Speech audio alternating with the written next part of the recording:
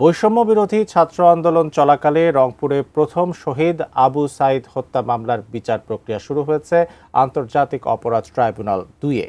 আদালত বেগম রোকেয়া বিশ্ববিদ্যালয়ের তখনকার ভিসি অধ্যাপক হাসিবুর রশিদ সহ পলাতক ২৬ আসামির বিরুদ্ধে গ্রেপ্তারি পরোয়ানা জারি করেছেন। বিস্তারিত জাবেদ আখতারের রিপোর্টে। সরকারি চাকরিতে কোটা নিয়ে বৈষম্য বিরোধী ছাত্র আন্দোলন চলাকালে গত বছরের ১৬ জুলাই রংপুরে পুলিশের গুলিতে শহীদ হন বেগম রোকেয়া বিশ্ববিদ্যালয়ের ইংরেজি বিভাগের ছাত্র আবু সাইদ। তার মৃত্যুর পর বিক্ষুব্ধ হয়ে ওঠে ছাত্র জনতা। সাইদের এই বিরচিত প্রতিবাদ সে সময় আন্দোলনের মোড় ঘুরিয়ে দেয়। তাকে ঠান্ডা মাথায় খুব কাছ থেকে গুলি করে হত্যা করা হয়। আবু সাইদের বড় ভাই গত ১৩ জানুয়ারি আন্তর্জাতিক অপরাধ ট্রাইব্যুনালে ২৫ জনের বিরুদ্ধে অভিযোগ দায়ের করেন। গত ২৪ জুন প্রসিকিউশনের কাছে আবু সাইদ হত্যা মামলার প্রতিবেদন জমা দেয় তদন্ত সংস্থা। সোমবার প্রসিকিউশনের আবেদনের পরিপ্রেক্ষিতে এই মামলার আনুষ্ঠানিক অভিযোগ আমলে নেন বিচারপতি নজরুল ইসলাম চৌধুরীর নেতৃত্বাধীন ৩ সদস্যের ট্রাইব্যুনাল ২। শেখ হাসিনার নির্দেশটা গিয়েছে প্রথমে স্বরাষ্ট্রমন্ত্রীর কাছে, স্বরাষ্ট্রমন্ত্রীর কাছ থেকে পুলিশের আইজিপির মাধ্যমে পুলিশের সমস্ত কমান্ডের অধস্তন যত কমান্ড আছে তাদের কাছে গিয়েছে। সেখানে বলা হয়েছে প্রাণঘাতী অস্ত্র বা লিথাল ওয়েপন ব্যবহার করে ছাত্রদেরকে হত্যা করার জন্য। জীবনের সব আয়োজন এখানে একসাথে।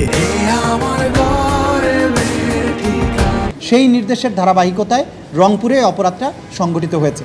সুতরাং সুপিরিয়র দায় হচ্ছে শেখ হাসিনার, আসাদুজ্জামান খান কামালের, আইজিপির এবং তারপরে পুলিশের রংপুরের যারা ঊর্ধ্বতন কর্তা ছিলেন তাদের ব্যাপারে ঊর্ধ্বতন দায় এখানে এই মামলাতে পাওয়া গিয়েছে এবং তাদের ব্যাপারে চার্জশিট দাখিল করা হয়েছে। অক্সিলিয়ারি ফোর্স হিসেবে আওয়ামী লীগ, যুবলীগ এবং বিশ্ববিদ্যালয়ের ভিসি সহ বিশ্ববিদ্যালয়ের প্রশাসন এই ছাত্রদের আন্দোলন দমনের ব্যাপারে পুলিশকে কিন্তু সরাসরি নির্দেশনাও দিয়েছে।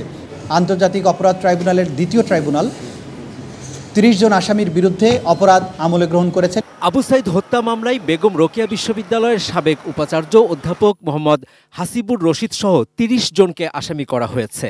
এর মধ্যে গ্রেপ্তার হয়ে কারাগারে আছেন বেগম রোকেয়া বিশ্ববিদ্যালয়ের সাবেক প্রক্টর শরীফুল ইসলাম ও বিশ্ববিদ্যালয় ছাত্রলীগের তখনকার সাধারণ সম্পাদক ইমরান চৌধুরী আকাশ, সাবেক এএসআই আমির হোসেন ও তাজহাট থানার কনস্টেবল সুজন চন্দ্র রায়।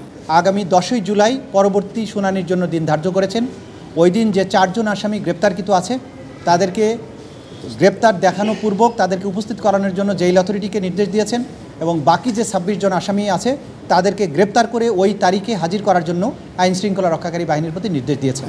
যদি সকল আসামি গ্রেপ্তার করা না যায় তাহলে পলাতক আসামিদের ব্যাপারে স্টেট ডিফেন্স লয়ার নিয়োগ করার জন্য আদালত আদেশ দিতে পারেন। Javed Akhtar, ATN News, Dhaka.